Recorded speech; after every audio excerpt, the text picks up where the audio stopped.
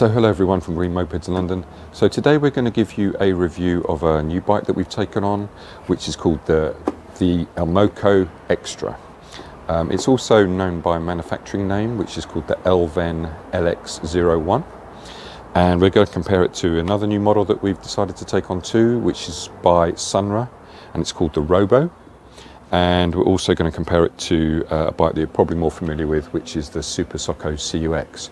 So we're going to do what we normally do and just go around the bike, highlight some interesting features about this bike, and hopefully that will help you make an informed decision. So let's get to it.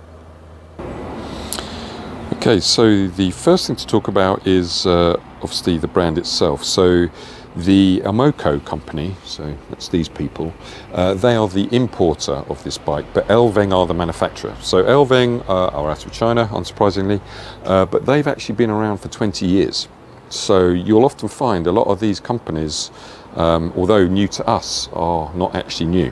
If you go to China, you will see a lot of these sorts of bikes whizzing around in Shanghai and Beijing and places like that.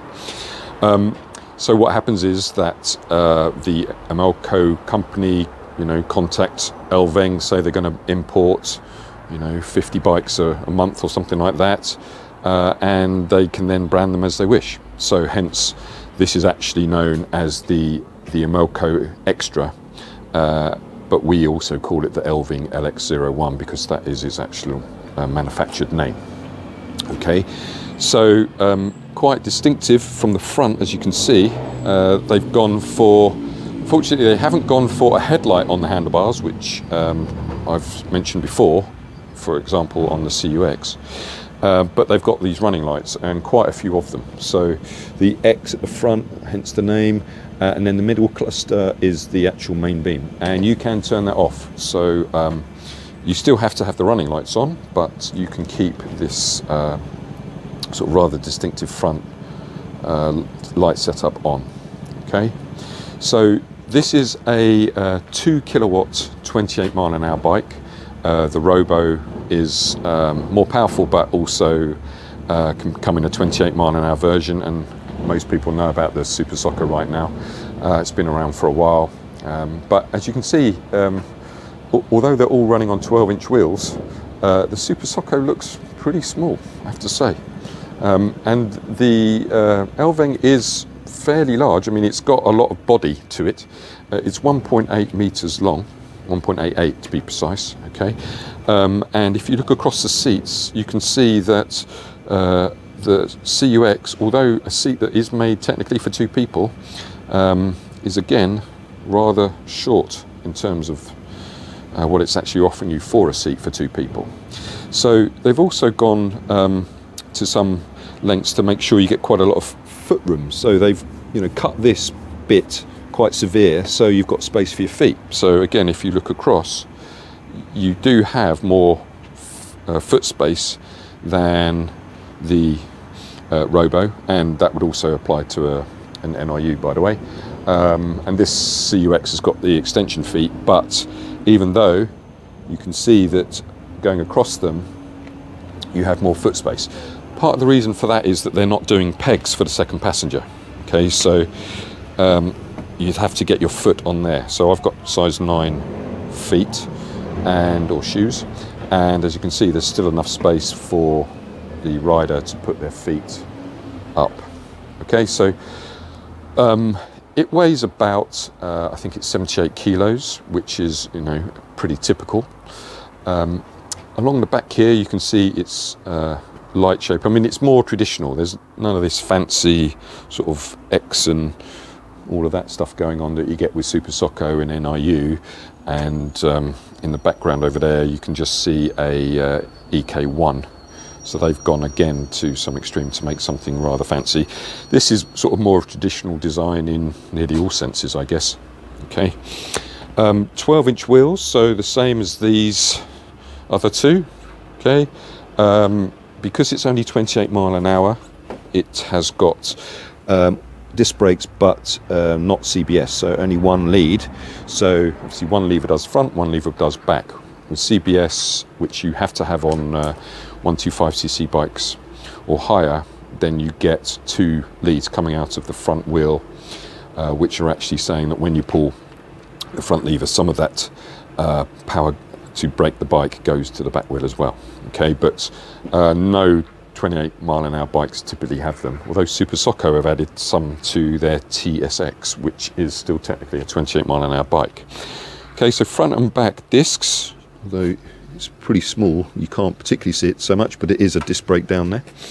I'm not sure on some of this sort of Lego stuff that they've added on, but that is part of the what design that they've chosen. Okay, as you see at the back here, we've also got a centre stand and a side stand, so most bikes come with them.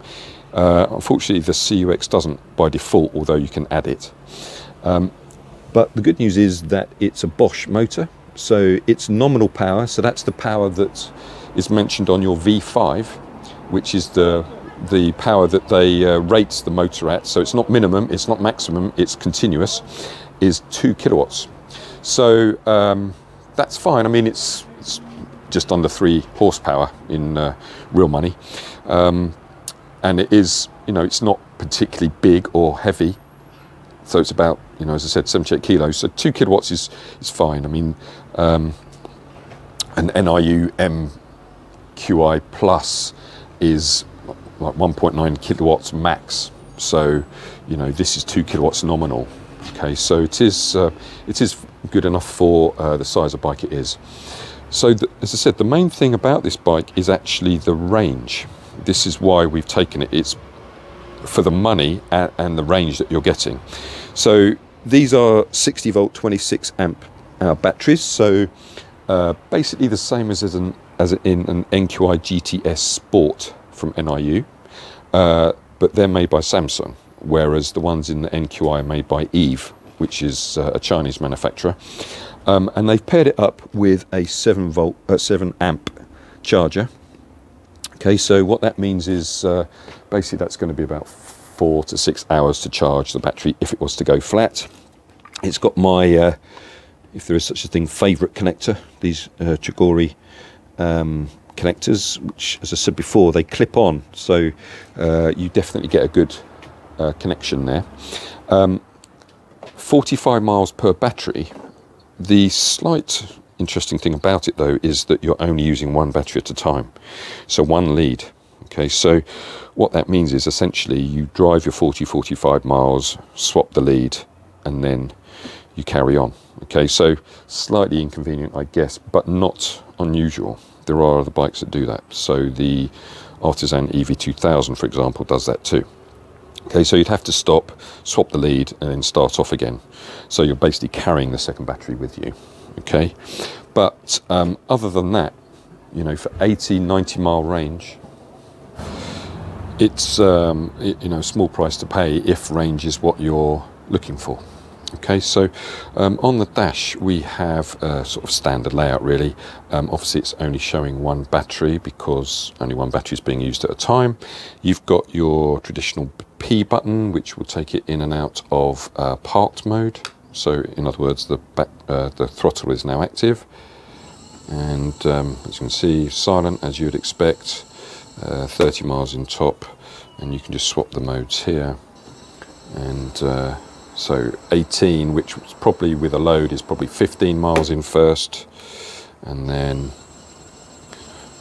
25, so that's probably 22 in second, and 28 in top, obviously. Okay, so standard sort of layout, other than, as I said, you can turn the main beam off, which normally people don't bother with, they just leave it on dipped all the time. And then here's the ability to put it on high beam. Unfortunately, silent, well, they're not totally silent, but I doubt you will particularly hear that when you're riding, but that's fine.